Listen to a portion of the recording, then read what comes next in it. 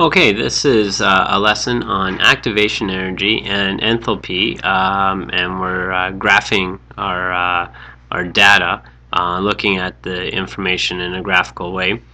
We've got a fictitious reaction here. Reactants A and B react to form C, so this is a synthesis reaction.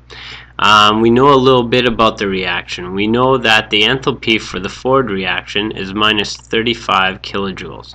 What that tells us is that this is an exothermic reaction. So our starting reactants have a potential energy of 40 kilojoules, but the product C is going to have a difference of 35 kilojoules, and it'll be a difference in the negative direction. So that means that the potential energy for C will actually be lower than the potential energy for A and B. That's why we have a negative sign. So exothermic reactions, your product's potential energy is always lower than the reactants. If it was an endothermic reaction, it would be the opposite way. The reactant would have a higher potential energy than the product would have higher potential energy than the reactants. Now we also know that the activation energy is 20 kilojoules per mole. So our potential energy of reactants A and B are at 40 kilojoules. Now, in order for this reaction to take place, we need to pump in another 20 kilojoules of energy in order to get it to take place. So we're going to have to go from 40 kilojoules all the way up to 60 kilojoules just to get the reactants in the right energetic state so that the reaction has the potential to take place.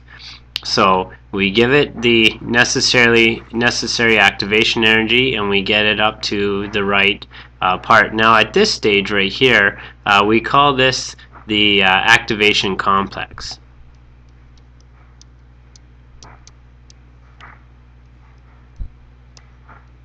In the activated complex, there's reactants A and B haven't reacted yet, and they haven't not reacted yet. They're in this transition state where they can react. They have a 50-50 chance of reacting.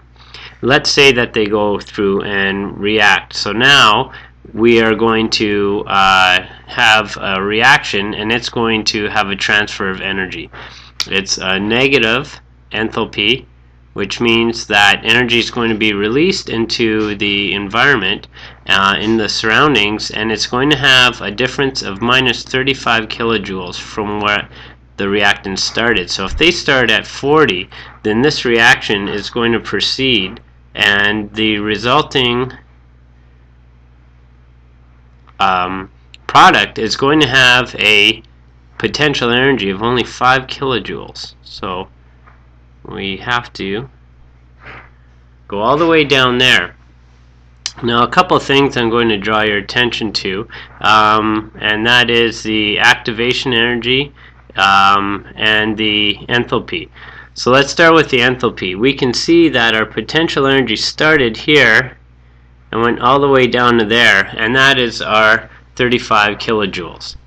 Now our activation energy is this energy right here, where we had to pump energy in, and this is 20 kilojoules to get it up to the right value. So this is what the energy diagram should look like for this reaction.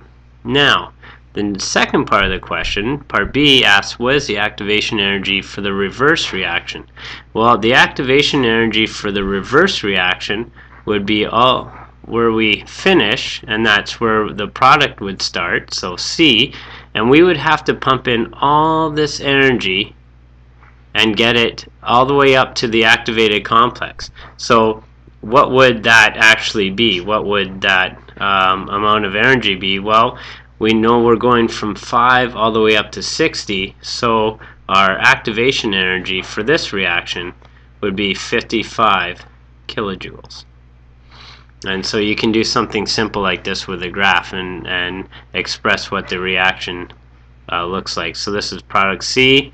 If I were to go in reverse, I'd have to add 55 kilojoules of energy to get it up to the activated complex, where it can then become the reactants A and B again. That would be an endothermic reaction, because your potential energy, if we went in reverse from C to A and B, you started low and you finished high. So that would mean you'd have a positive difference. But in the case of the reaction, it was A and B synthesizing to make C. Here's our potential energy here. We pumped it up to get to the energetic state so that the reaction could take place, and the resulting reaction released 35 kilojoules of energy into the surroundings. And this is your enthalpy change right here. There you go.